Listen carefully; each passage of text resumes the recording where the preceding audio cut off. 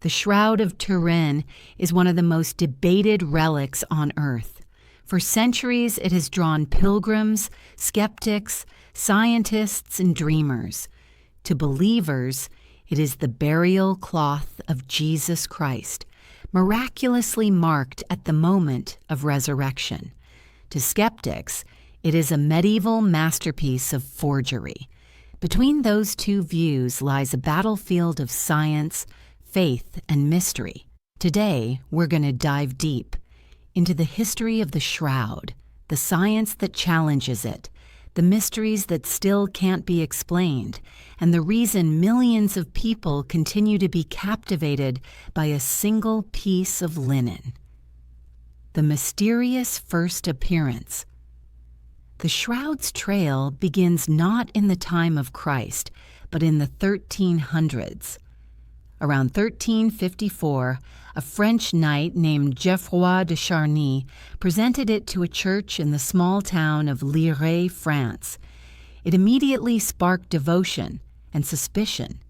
Pilgrims flocked to see it, donations poured in, and word spread quickly across Europe. But from the very start, church leaders were divided. The Bishop of Troyes denounced it as a cleverly painted fake. He claimed to know the artist responsible, yet no one ever produced evidence of brushstrokes, pigments, or paint. And despite the bishop's warnings, the relic's reputation only grew. What the Shroud looks like. The Shroud is about 14 feet long and 3.5 feet wide, woven from linen. It bears the faint image of a man, front and back, as though the body was laid in the cloth and then wrapped over the head to the feet. What makes the image astonishing is its detail. The man appears to have been scourged, pierced, crowned with thorns, and crucified. You can see wrist wounds, nail marks in the feet, scourge marks across the back, and a puncture wound in the side. These match descriptions from the Gospels of Jesus' crucifixion. Unlike a painting, the image looks almost like a photographic negative, lighter in some places, darker in others. This effect wasn't even recognized until 1898, when the first photographs of the Shroud revealed a clearer, lifelike face. Early devotion and skepticism. By the 15th century, the Shroud had moved to the House of Savoy, a powerful royal family.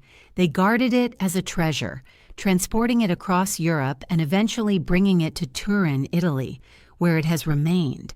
For the faithful, it became an object of pilgrimage.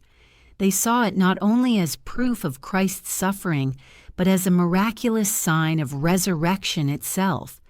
For skeptics, it was a money-making fraud, designed to attract the faithful and enrich the church. This divide has never gone away. Modern science enters the debate. In the 20th century, technology offered new tools. In 1978, a team of scientists under the Shroud of Turin Research Project, STURP, spent 120 hours studying the cloth.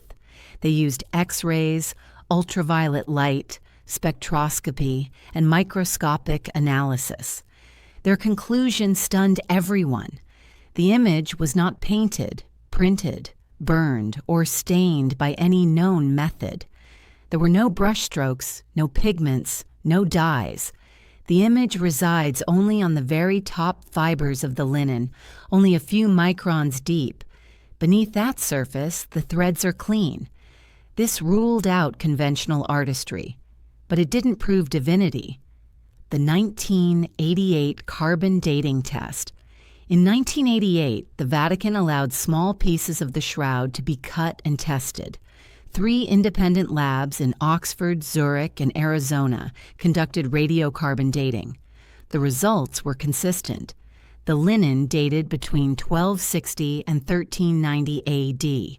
This seemed to end the debate. To scientists, it was clear. The Shroud was medieval, not ancient. To skeptics, the case was closed. But the story didn't end there. Flaws in the dating. Almost immediately, critics pointed to potential flaws. The samples tested may have come from a section repaired after a fire in 1532, when molten silver from the reliquary burned holes into the cloth. Medieval nuns carefully patched those holes. If the labs tested fibers from those repairs, the results would naturally skew young. Other scientists suggested contamination over centuries of handling. Pollen, dust, smoke, and oils could all alter the dating results. In short, skeptics and believers had fresh ammunition, and the debate roared back to life. The pollen and plant evidence.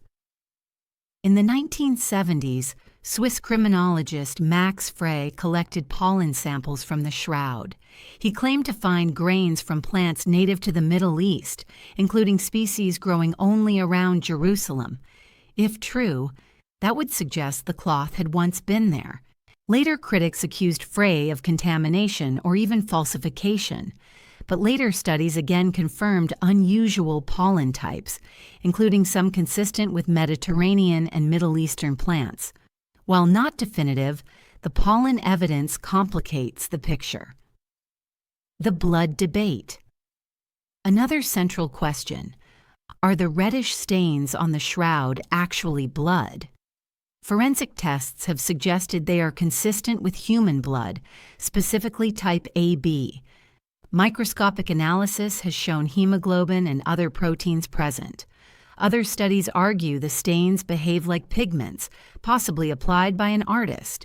Yet no known medieval techniques explain how blood, or paint, could create such a faint but photographic-like image. The 3D mystery. One of the strangest discoveries came when researchers converted the shroud image into three-dimensional relief. Unlike normal photographs, which flatten detail, the shroud's shading contained depth information. When processed, it produced a lifelike 3D model of the man's face and body.